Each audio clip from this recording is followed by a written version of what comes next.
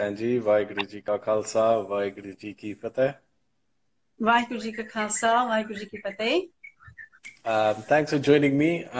You're sideways at the minute. I'm not sure if that are you able to correct that? I'm going to hold it and do the whole interview with the camera in my hand. That's actually what I'm doing as well. So I think, yeah, we'll test our arm strength. Okay, Yes. so I'm gonna get this going. Thank you for joining us, firstly, and for all of those that are joining us live right now, all of those that will view this later on. Vaheguru Ji Ka Khalsa, Vaheguru Ji Ki Fateh. Waheguru ji Firstly, का I'm just going Khalsa. to apologies, not trying to speak over you. There might be a slight delay in the voices, so just bear that in mind. I'm just going to introduce myself firstly. So my name is Jasveer Singh. I'm the Senior Press Officer for the Sikh Press Association. The Sikh Press Association is a project of the charity Everything's 13. Everything's 13, also known for other projects such as Basics of Sikhi, Mighty Khalsa, and Kiddy Sangat. What we're doing here today is only our second ever Instagram live chat where we're just presenting to you some of the organizational reps that we work with. And today we have Mejindarpal Kaur, who is the International Legal Director of United Sikhs, who I describe as a Panthic legal advocacy and humanitarian charity. So again, thank you for joining us. It hasn't been easy finding the right time with you being in Malaysia and me being in Canada right now. But we found an appropriate time and yeah, we can get going. So, I mean, is there any introductions for yourself that you'd like to do before we move on to actually answering some questions? Yes, this is my first time on Insta, so I wonder what people do on Insta, and now I'm beginning to find out. So let's get on with it. No problem. Well, this is a platform where this is becoming more common, especially during the pandemic, where people are doing these kind of discussions. So we thought we'd jump on the bandwagon, and so far so good, even with slight technical difficulties. But yeah, let's get going. Firstly, just tell us a bit about yourself and your background and how you actually came into the work that you do right now. Very hard to describe who one is. Well, I'm a Malaysian born, living most of my life these days in Punjab and Malaysia, where my mom is. But my car is parked in the UK, so I've got a very difficult way of defining. I started my life in the world of leaving home as a student of biochemistry at the University of Malaya in Malaysia. Then I went on to do law, and the time came, I think the year was 2002, it is, in November, when the word people use is headhunted, but I feel that's a very cruel word. Someone said, oh, there is this girl who is rather free, because I had taken a career break from my post as a senior Crown prosecutor with the Crown Prosecution Service in the UK. And they heard that there was this person who is a lawyer and is available. So that organization was United Six. It was then called the United. Sorry, dropped my You phone. there? Yeah, I dropped Okay. my phone. Apologies. Yeah. So when they approached me, they were called United Six in the Service of America. Today, globally, we're called United Six. I don't know if the American chapter is still called by its original name. So that's where I started and how I'm now sitting in front of you, hoping to talk to you about the work we did since I joined the organization in 2003. So how long have you been with United Six, and what kind of work were you originally doing with United Six? Okay, I've been in United Six since the 3rd of November. No, I think it's the 2nd of November 2002 when we had first AGM of United Six UK in my flat in London. And then I was told I have to go around setting up chapters around the world, and I was sent off with a laptop to India. And I was met by a campaign that we had to run called the Seva at Darbar Sahib campaign, which sort of occupied my time for a good 9 months. But in a funny kind of way, that was Guru Sahib's way of launching me into the arena, head first or feet first, but totally unprepared, because all of us are Sikhs of some description. But to be a Sikh who has to then work at a Panthic level, where you lose your personal identity and your personal requirements and needs, it's a tough challenge. It's like burning your boats and then looking ahead. So that's been my journey as a lawyer, as a person trained in law, but I was a journalist too before that. I remember. Yep. My forte, I would say, is my availability. Guru Sahib never allowed me to go back to my career. Never made it necessary for me to go back to my career. So I've been at this since 2002, and if you can count correctly, it's going to be 18 years in November this year.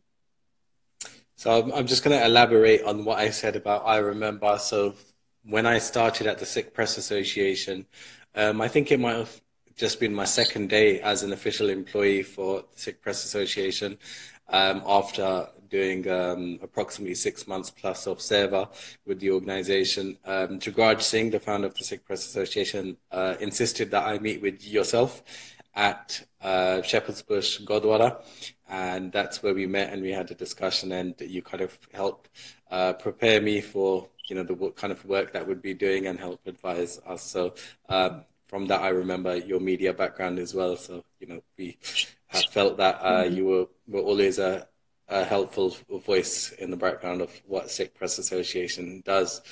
So tell us a bit more about United Sikhs and kind of the work that you guys do. What is the structure of the organization? You mentioned international chapters and so forth. I think to understand United Sikhs, first of all, we know that we are in 11 countries now, the latest being New Zealand. Each chapter, we use the word chapter simply because I don't know how else to call it. We're not branches. There's no headquarter concept in us.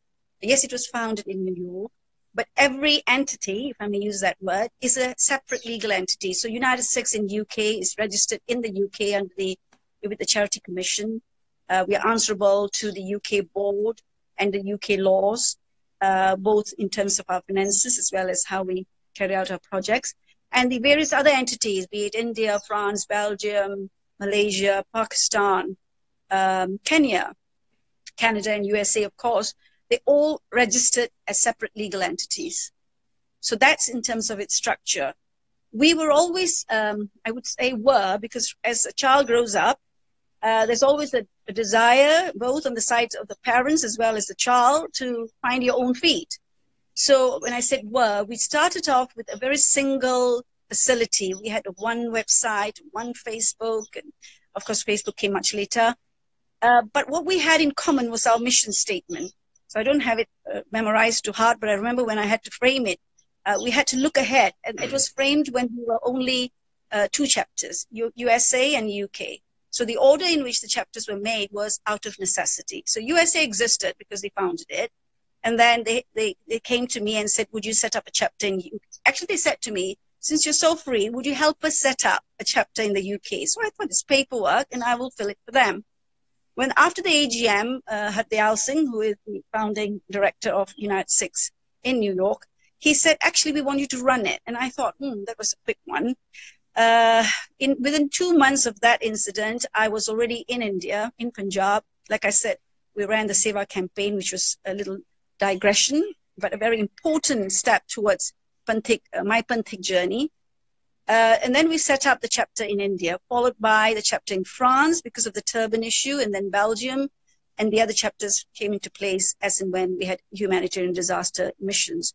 So that's the structure of the organization. We were joined at the hip by our one mission, which is how to help underprivileged and minority communities. You could be underprivileged, but in the majority.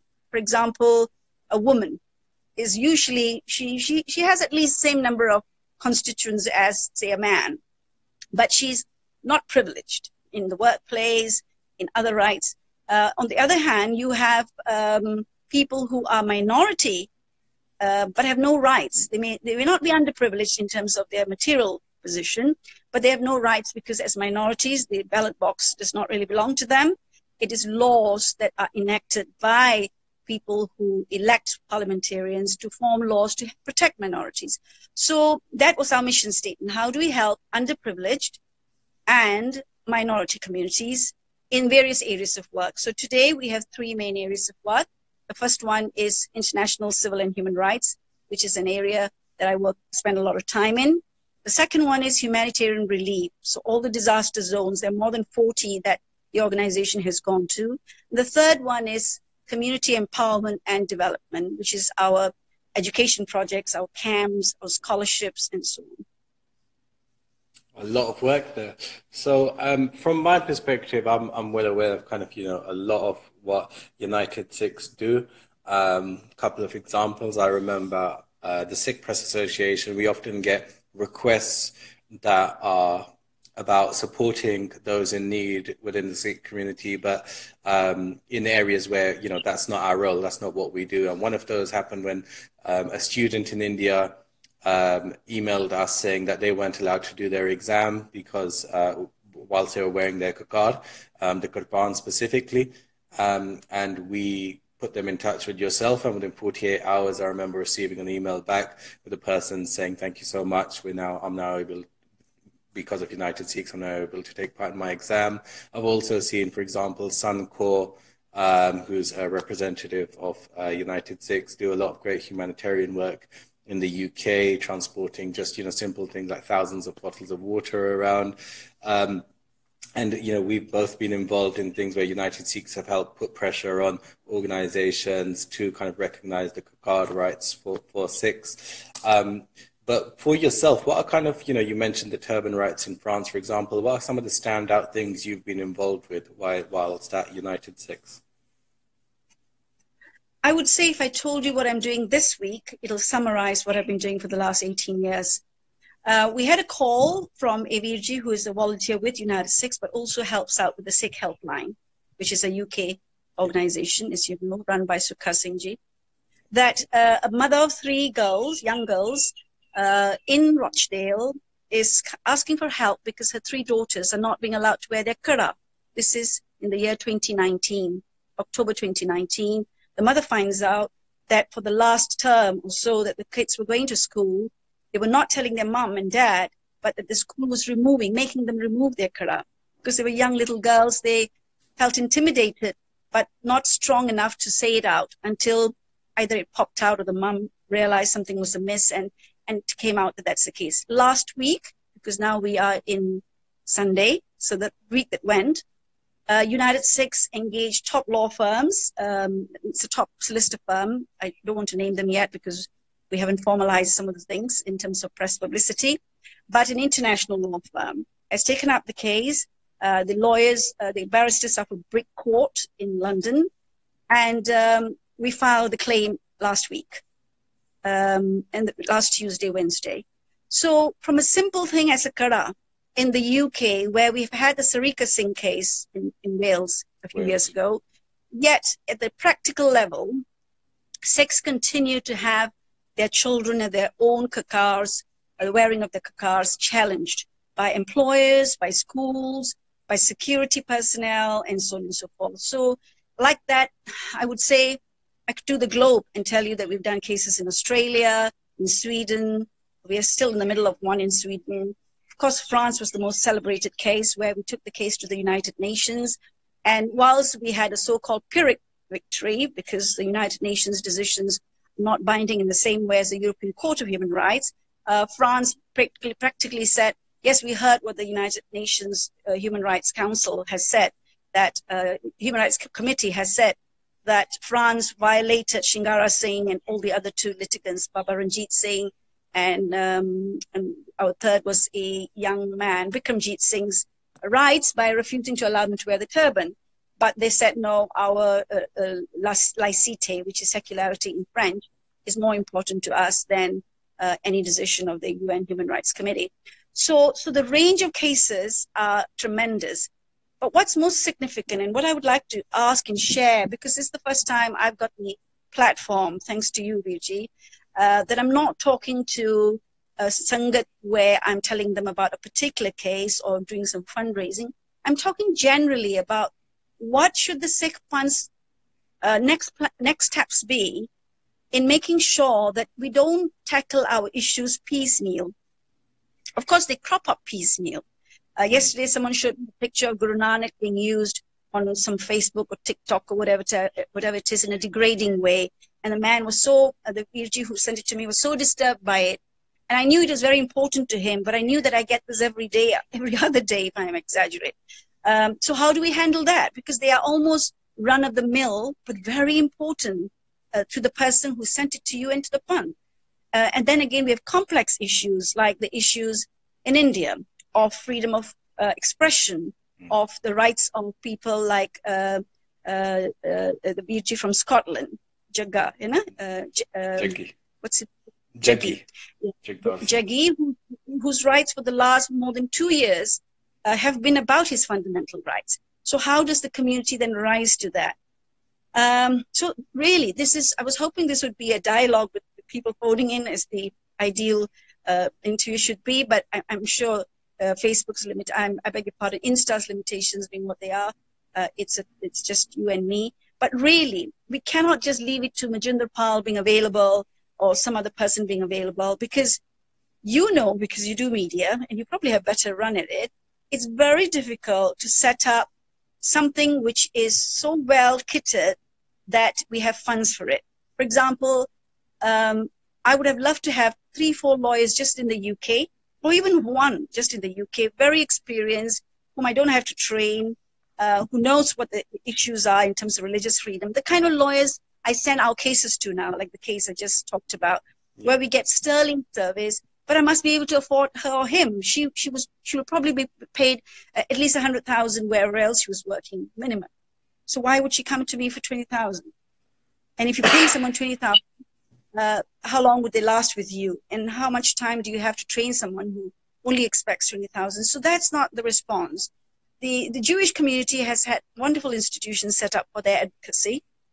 The Muslim community too. I'm talking about these two communities because we are in the minority belt. I'm not talking about mainstream communities. I'm not talking about Amnesty International or even minority rights group, which are run for minorities and the dispossessed, but they're run by the majority community, if you know what I mean.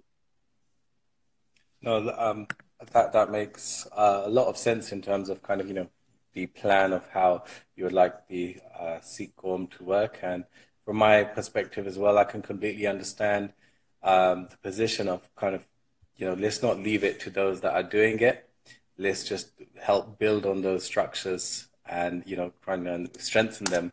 In regards to questions, Panji, just so you're aware, I think one of the issues at the minute is that this is 7 a.m. in the UK, where we have our largest following, and probably our second largest following in Canada, where it's either 1 a.m. or 11 p.m. where I am. So, but anyone that is watching, you can ask questions while we're watching, but what I'll also do is include perhaps maybe an email address or maybe Twitter to direct any questions to United Six or yourself. Yeah, an easy one would be law@unitedsix.org. LAW, you should remember it, at unitedsix.org. The last time I checked, I received those emails. I should be able to get it there. Otherwise, they can correspond with you and you give them my personal email, which is a bit more convoluted. I'm just putting the email address you mentioned on our screen now, so any questions can be directed there. I'll make sure I add that in before we finish our conversation. But this will be up for another 24 hours on Instagram, and then it will be on our YouTube, and hopefully, we'll facilitate more conversation between the Band and the United Six team following this going on different platforms. But moving forward with kind of, other questions that perhaps people might want to kind of discuss. Right now, one of the biggest things that United Six is working on, the most publicized things, is the case of the Afghan Six. Now, I'm born and raised in Southall, where we have a very large Afghan Sikh community. Basics of Sikh, have a large Afghan Sikh Sangat. So especially with the work being quite prevalent in the media because of the plight of the Afghan Sikh community, I've been following the cases, and of course in 2018 you were a key member of a lot of really important work in helping, I'm not quite sure the exact terminology, but helping Afghan Sikhs have easier access to coming to the UK as for asylum or for refugees. But just in regards to kind of what you've previously done and what is currently being done on this situation for the Afghan Six, if you could elaborate further. I think all of us remember Afghanistan and Sikhi through Hari Singh Nalwa. So we have this image that the strongest, most fearful not for us, but for the so-called other side, was Hari Singh Nalwa. But yet this was a country where its people were fleeing the territory because of all the problems of unrest following the civil war in Afghanistan and everything that came afterwards, from the Taliban to now the IS and so on. And then you know there was a bustling 300,000 Sikhs and Hindus. In Afghanistan, Sikhs and Hindus is almost like one word. They consider themselves as one because they're now Nanak Nam Leva Sikhs, who we sometimes describe as Hindus because they're not Khalsas. But there we are. They don't see a distinction between each other. They go to each other's events and so on and so forth. So when we advocated for Sikhs in Afghanistan, we advocated for Sikhs and Hindus of Afghanistan. So when it came to my attention in 2018, there had been a killing in Jalalabad, remember, when 13 people were killed, a sort of a targeted attack outside the presidential office. Yeah. And how the community lost its community leaders who had actually gone there to meet the president about the state of the security or lack of it, of their gurudwaras, and they got killed. And I was in Delhi and I was contacted. And I then met the widows of that massacre, I would call it, who had come to Delhi for either treatment or so on and so forth. And I realized that this community has dwindled from 300,000 when they controlled, I wouldn't use the word control, but participated in more than 70% of the economic activity in Afghanistan in the 60s and 70s, to today there being a few hundred families. So you and I, like you said, in South Hall, we know of a large community there. There's a large community in Russia. There are large communities in New York, even in Australia now, a growing community.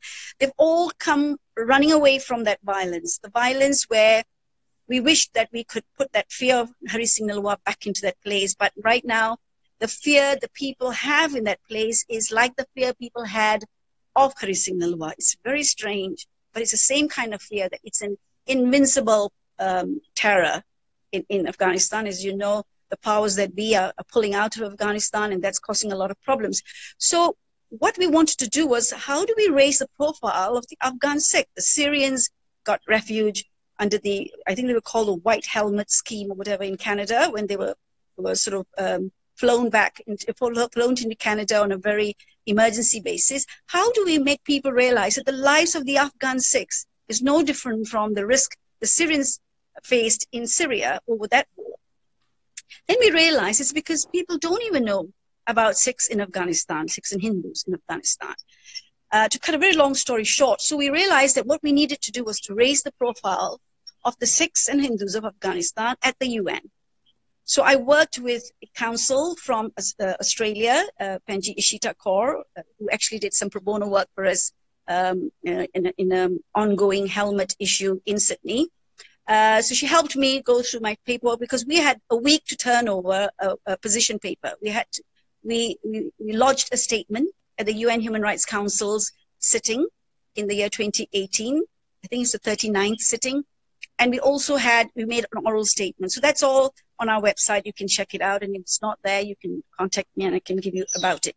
So for the first time, we were talking about Sikhs in Afghanistan in the voice of the Sikhs from Afghanistan. So I engaged the Gurdwara Guru Nanak Darbar of South Hall and said that I would like you to come along, because you are our client, is not the kind word, constituent, because the Panth has got constituents. So therefore, at the moment, I am serving a constituency called Sikhs in Afghanistan, Sikhs and Hindus of Afghanistan.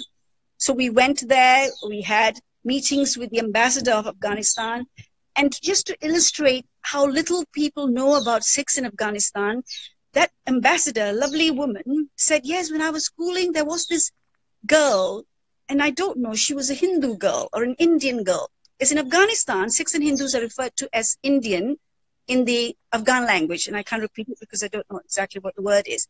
They don't see the distinction. They're seen as coming from India. So the Sikhs were not seen separately from Hindus. I'm not suggesting they should be seen separately, but the fact that Sikhs, having lived there and been masters of the economy for so many years, were not known as a separate, distinct identity. So what we achieved at the UN was we met even the UN Human Rights Council's vice president, was to create the awareness of these words, Sikhs and Hindus of Afghanistan. And unfortunately, even though we had series of meetings with the UK Home Office at a very high level, which was attended by Preet Gill MP, as well as our VG, Tanmandeep Singh Desi. Absolutely, who raised the profile of this issue, given all kinds of understanding, and the Home Office said, oh, we now know the issue better than we ever did before, because what was happening was the UK asylum decisions were being made based on old dated reports. So the massacre of July 2018 wasn't included in the decisions being taken post July 2018, right? So these kind of difficulties. So we thought we had done our best, and we think we have done our best then, until this massacre in Kabul on the 25th of March this year, which was very hurtful. I can imagine how painful it is to them, but very hurtful to me, that what should I have done more than I did and could not do? So I started to get involved again, and we wrote to the UNHCR again last week, as well as the Human Rights Commissioner. But you know what, Virji? Because it's pandemic and because it's COVID, the UNHCR offices in Afghanistan, in Kabul, were shut. They've asked the people who are living at the edge of security to come back after the pandemic. The pandemic is about life, but so is their security. And it's such a shame that I shouldn't want to take pot shots at the UN, because they're probably the only ones doing anything about anything. But that's the state of affairs. So we've sacrificed another 25 people, including the guard of that Gurdwara, who's Muslim. So how many more lives? And I ask for people in Canada, where you now live, Virji, and I like your Sarup that you're adopting, having gone to Canada, that you probably didn't have when you were in the UK. But Canada has a very thriving and important Sikh community to the politics in Canada. Not to put it harshly, but there are at least 2,000 Sikh or Sikh origin MPs in Canada. And is it a dozen of cabinet members in very senior level? We have Navdeep Singh Bands, a very senior politician who is a Sikh. If I was them, this is the time to search your soul and say, if in your political career you did something for what you believed in, it must be to do something for the Sikhs and Hindus of Afghanistan. So you asked me what's the United States doing. Yeah. So we are trying to raise this profile. At the humanitarian level, you know, United Sikhs USA had launched a GoFundMe fundraising, and they raised some money, which is not a lot of money if you look at what it's actually going to cost to do any of these evacuations or relocations to a safe country. And they have disbursed some funds that were needed in Kabul in order to process some passport applications and so on. Instead of going into the nitty-gritty on this short call about exactly what they're doing, I invite people to write to United Sikhs if they want to serve, they want to help. In fact, just today, I received an email from one Pupinder Singh of Malaysia, who reminded me that I was his senior in university, and that he has donated, but he'd like to do more. He's an accountant. So if an accountant, I'm not suggesting they can't do more than count, can suggest that they can do something for Afghan Sikhs, then any one of you listening or watching, you too can do something. We've come to the point we have to bring Hari Singh Nalua back into Afghanistan. The spirit of Hari Singh Nalua. I'm just going to quickly address one question which has been posted, which is about the amount United Sikhs raised, which was approximately 3 weeks ago. Over $100,000 were raised, and I guess it's about the use of those funds. As thus far, I think the latest update, which I think is over a week old now, from the Save Afghan Six newly formed group or page, or whatever we would like to call it, highlighted £3,000 of that, or dollars, sorry, have thus far been used. What are kind of the plans of using that, as much as you can divulge, of course? Honestly, I'm not in the know. I should be. I'm not in the know. But I know that our press release said, the last press release on Afghanistan, if not the one before that, that we disbursed 10 lakh. I don't know if it's 10 lakh rupees Pakistan or Afghanistan or whatever it is, but 10 lakh has been disbursed. For the people on the ground, on our social media, we have video clips of people receiving it, people who are in the public domain, whose names I forget. So nothing to grieve about, because you know that all our chapters are registered with institutions like, in our case, the Charity Commission. In the US, they're registered as a 501c3 organization, and in all other countries. So they have to answer to the authorities, and also to our donors in our annual reports, and so on and so forth. So 120,000 is not a lot of money, because really, if I may do the sums very quickly from memory, to relocate one Afghan Sikh family of about 5 members, in the words of Mr. Pullar Senior, whose son Manmeet Singh Pullar started the very beautiful initiative of bringing Sikhs from Helmand province, if you remember, and about 15 of them have reached Canada, and more than 60 over are still in India, waiting for that clearance to go to Canada. And that took some 6-7 years, because they started it in 2015, so now it's 2020, 5 years. And he said, in his words, that if you count all the costs, it can cost you up to 70,000, I forget my pounds, 70,000 Canadian, I start again. It can cost up to 70,000 Canadian for one Afghan family to be relocated using the route that Manmeet Singh Pullar's family used. And because the amounts that are involved have gone up, they've doubled. You now have to put up a trust of some 50,000 Canadian dollars. It used to be 20-something thousand Canadian dollars. So matlab bhi, one Afghan family of say 5 people, it'll cost 70,000 Canadian dollars. So a lot of money we need to raise if there are about 100 or 125 that currently in need of urgent relocation. So 125,000 US dollars, maybe those that money can't even take care of 2 families. Yeah, so surely we're not going to spend money on 2 families. We must use this money in order to help us garner more support and not undermine each other in the support anyone is getting, so that the money is put, so that, because when we raise questions which are very legitimate, we must not leave doubts in people's minds, like suggesting something, yeah, because that's a foul goal. Because people who don't know will wonder then, oh, why is this question asked? There's no smoke without fire. Whatever it is, all I can say with my hand on my heart, that no one in the United Sikhs that I've worked with have ever profited from this seva, except the love of the Guru. I haven't bought a new car for the last 20 years because I was always afraid. People would say, Mejindarpal doesn't get paid. How can she afford a new car? I was actually once asked on live TV, how do you feed yourself? And I said, langar is free. So it's very easy to point fingers. The people pointing fingers know exactly why they're pointing their fingers, but the people who don't know the real reasons why people are pointing fingers are innocent, and they might just think that there must be something wrong, which is why the fingers are being pointed. But Guru Sahib di mehr hai, truth always comes out. We've seen how this coronavirus, I'm sitting in a very idyllic setting, but really the birds are free. We are caged inside in a sort of a environment where I love where I am, because I'm back in the country I was born in with my mum. Can you imagine if I was somewhere else locked down? But the fact is, we have to learn to trust each other more, ask the questions with no ulterior motives, but the truth. And you will get the truth. And I like these questions if the only motive is the truth, because it does make you sit up. If you've gotten to tell someone something, but you have the answer, then you give the answer. Most definitely agree. I mean, part of the reason we decided at the Sikh Press Association to try and do things like this with people like yourself is because often there's this image that if you don't know those figures that are at the apex of our Sikh charities, there must be some sort of nefarious reason why.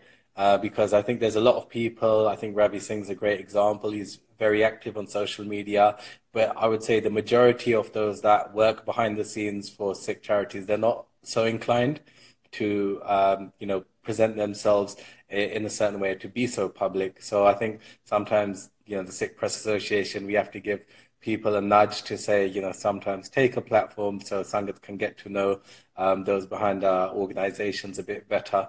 and they're not all, driving in Ferraris and living in mansions using Sangat money. I would also like to point out, because I am the media person, as it were, that the latest press release from the Guru Nanak Darbar did also advocate for the fundraising of United Six in their latest press release, which we've shared, and we'll be doing an update on the situation shortly within the week, hopefully, which will include that. I just before we've gone, we don't want to keep going for too long, but there's a few more questions that I think are important to ask. It must be very difficult to kind of, as in the position of United Sikhs, to handle money, knowing that you need a lot of money basically left in reserve because you're handling, disasters, both legally and from a kind of, humanitarian perspective. So, I mean, doing this for so long, is there anything that you feel that is kind of imperative when you're doing this, or is it a case of just kind of judging as you go along? Because I think the key thing for people to remember is you can never predict the future. You never know what is going to turn around the corner, and then we would be grateful of having things in reserve to use. I think when it comes to humanitarian disasters, because television does us a favor, it shows all the pictures of people suffering, we can raise funds like right now we're doing for COVID relief.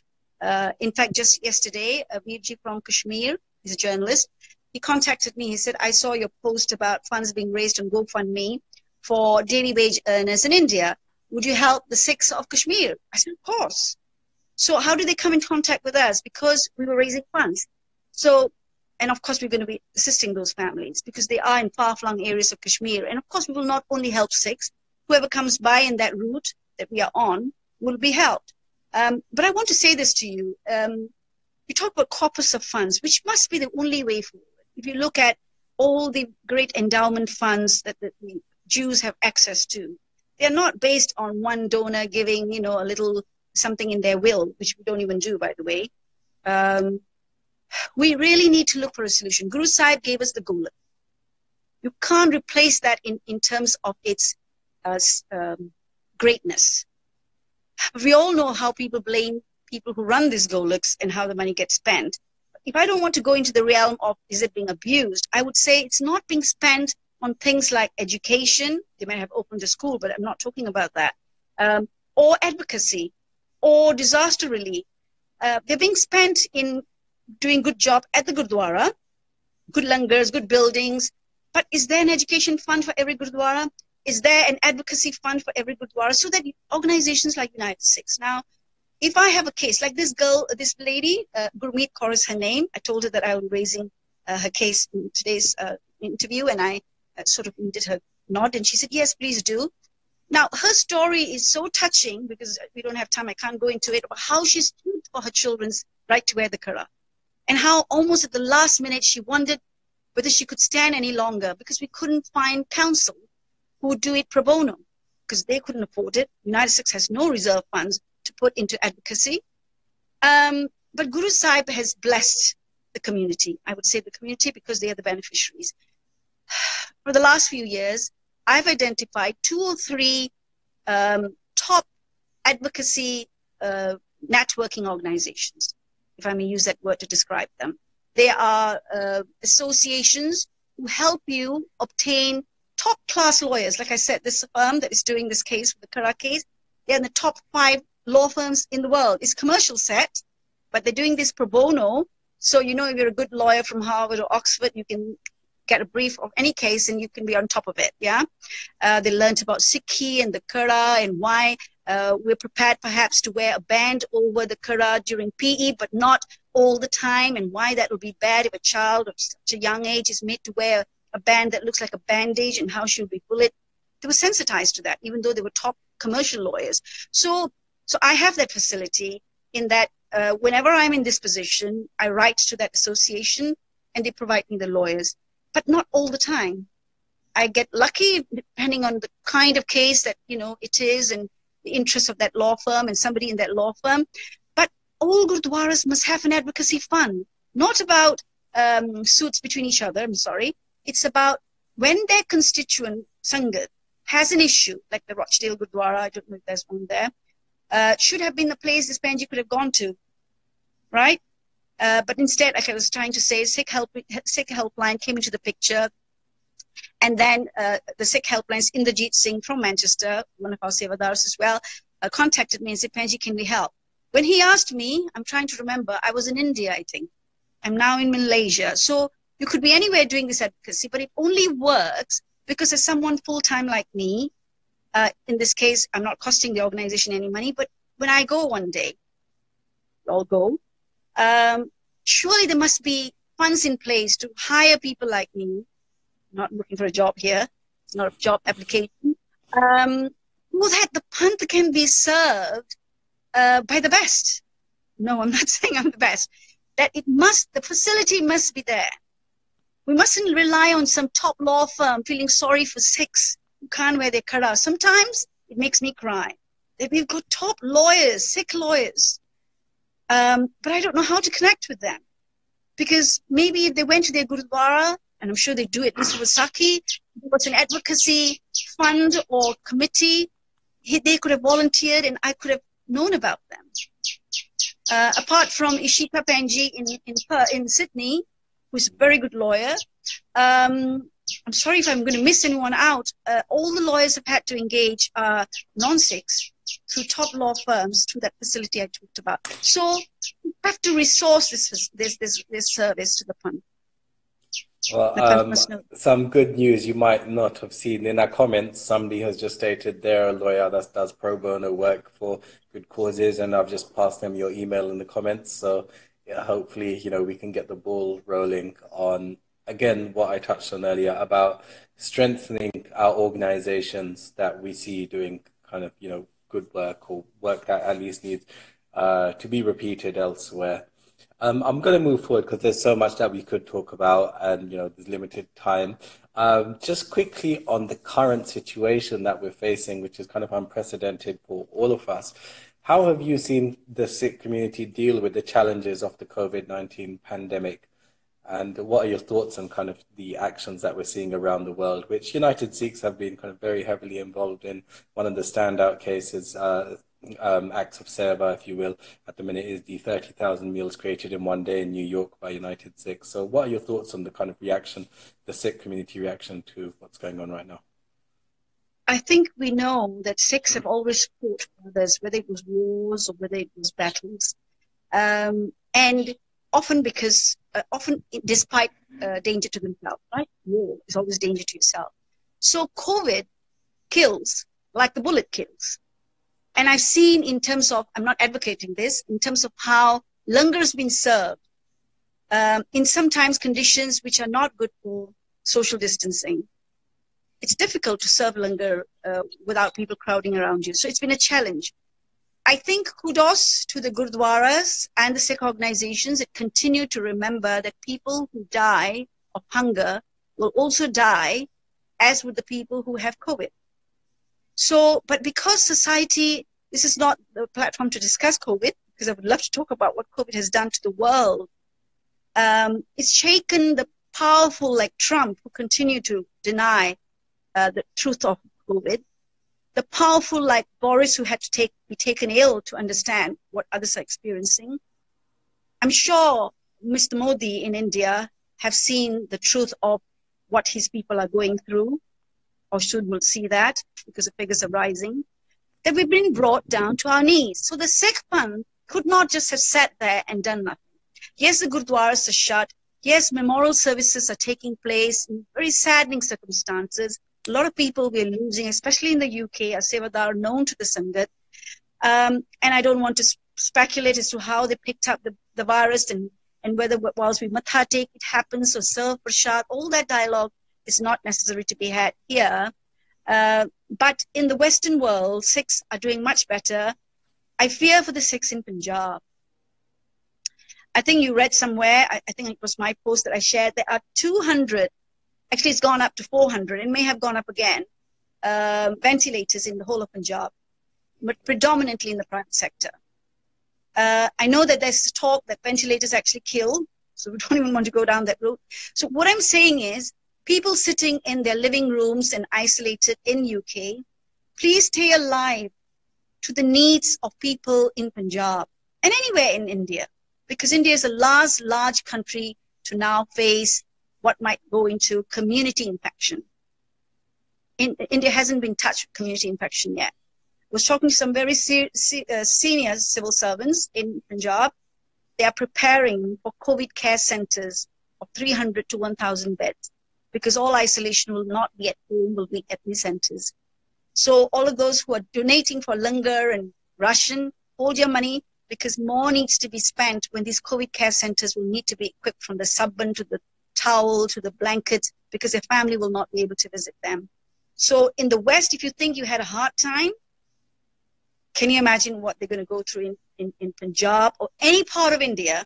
I single out India. Africa is in the same position, because they also late coming into this crisis, because the world was very, very, commiserating with everyone when it was everyone affected. But everyone is going to get out of their peak soon and go back to business to be done. And countries like India and Africa will be experiencing this alone, I'm afraid.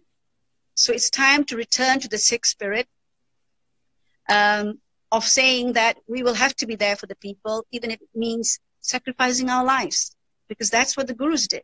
I'm sorry if I sound romantic, but that's Sikhi. Before we see if there are any final questions from those that are tuning in, but I think we'll get more questions during the day, during the next 24 hours as people watch this, as it stays online. Like I said, most of our viewers are either from the UK or Canada. I just wanted to kind of go over, so you did talk quite a bit about how you view a need for structures of Sikh organizations, and what more can be done. Is there anything else that you want to touch on about kind of how we can support advocacy demands for religious freedom, Sikh identity, prisoner rights, and what more could be done? Thank you for asking. Because when I went to do the advocacy at the UN in Geneva for the Afghan Sikh and Hindu Afghans, I realized how much we are not using at the UN, just as NGOs. We're not member state, right? Not yet. But as NGOs, there's a lot of, I was in this room, which they would otherwise call an assembly, sitting just a few rows behind the ambassador of the country. And all the countries of the world are there. Without going on a global tour, I could have taken whatever issue to anyone there. And we all meet in the same bar, the Serpentine Bar, I think it's called, on the ground floor of the UN headquarters in Geneva. And it is so easy to take your message to the UN in this, I won't use the word lobbying, in this way through which NGOs do it. I want at least United Sikhs to take the lead, to start having correspondence is not the word because that's a media word, having advocates, lay or professional advocates based in Geneva. There's a wonderful Gurdwara near the lake, near the Geneva lake, in Geneva, where we had fantastic langar, and they complained how high the rentals are because it's Geneva. There should be such a facility, even if we took a room near it, where students, interns, lawyers go there. The calendar is publicized. You just go there and advocate. You don't have to just advocate for Sikhs. You advocate for Sikhi or the things Sikhi believes in. If it is an African country being bullied by someone, you want to take a stand, you want to go and raise the voice, letter writing. I'm sorry to use the word enjoyed, but I enjoyed my experience at the UN, but I lamented to myself and my colleagues of how we're missing out on this opportunity of being heard. I'm not wearing a turban, but a turban Sikh appearing and making an oral statement. There are restrictions about who can do it, but we went in because we partnered with an NGO that had consultative status with the ECOSOC, which is one of the departments of the UN. So yes, we need to expand that. While UN is always at the behest of member states, so you won't be allowed to criticize certain countries, if you know what I mean. But there's a lot more we want to do before we start criticizing those countries that can be done. So I would like the Sikh Panth to start looking at the UN facilities more closely than just going there, which they should continue doing with banners when we want to protest. The voice could also be in that lobby, in that assembly when they meet ever so often with the UN Human Rights Council. So hopefully people that end up watching this will be keen to learn more and reach out and actually take some of that advice on board and take some steps towards making these things happen, because it's really interesting to know that, right by the UN that we have a Gurdwara, a Gurukar, Guru Granth Sahib Ji Maharaj there. So, I think that's, the steps are already being laid out for us. I am going to leave it as that. Is there anything else you'd want to add on or ask or make a point about? Sorry to put you on the spot. All I want to say is that search within yourself. I didn't come into this seva planned. Neither did I pray for it. So I must have earned it in some other life. Seva is a gift which you can lose yourself, or because Vaheguru has other plans for you. But really, Guru Sahib in his Bani has said, that if you have the gift, the guna comes from Akal Purkh. You don't have any skills. They come from Akal Purkh. Sab guna tere, main nahi koi. You do that part every day. Ven gun kite bhagat na hoy. And then he goes on to say why you need guna to do your bhakti. And then in the same Sri Guru Granth Sahib Ji, we have guna ka hoye vasala. Kad vasla hi che. If you are a vase, like a vasala, vashna wala, like a perfume pot. If you have a perfume pot of guna, until you open the stopper of your perfume pot, you can't smell much. I know something might leak out. So guna ka hoye vasala. If you are a pot, a perfume pot of guna attributes, okay, goodness. Kad vasla hi che. Take it out and have a smell. So if you have skills, they're not yours. They are gifts to you. You might lose it one day through old age, or you might lose it because gifts come and go. But before you lose it, before you lose your perfume bottle to the air, take it out, smell it. And then the next talk, which I don't know by heart, it says, then share it. Then share it. I'm sure there's someone who's going to send the talk back to you to say this ends. Well, you are on here as the International Legal Director of United Sikhs, not as a Pracharak, so I'm sure Sangat will forgive you for any mistakes there. But I think that's a really beautiful and perfect fitting way to end this conversation. Thank you so much for your time. And I think we're seeing in the comments people would like to hear more from you. So that I will push towards the United Sikhs team. And again, thanks for the work you do and also for the work you do with the Sikh Press Association. And thanks again for your time, Benji. Before I say Fateh, I must thank the Sikh PA. I do remember the conversation in Shepherd's Bush Gurdwara when we met, when you started out, because my first passion is journalism, not law. And I'll always be a journalist, because I think if you can communicate, the world is not speaking to each other, which is why it's in this state. If you can communicate, there is no problem. And journalists are meant to be able to do that. So thank you to Sikh PA that you actually organized this.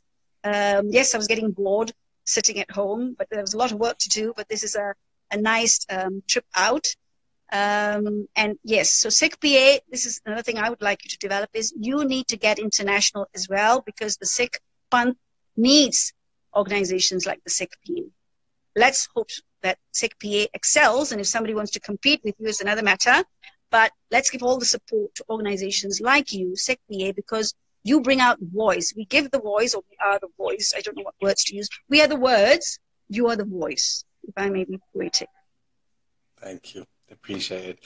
Okay, perfect. Thank you for your time again, Benji. Vaheguru Ji Ka Khalsa, Vaheguru Ji Ki Fateh.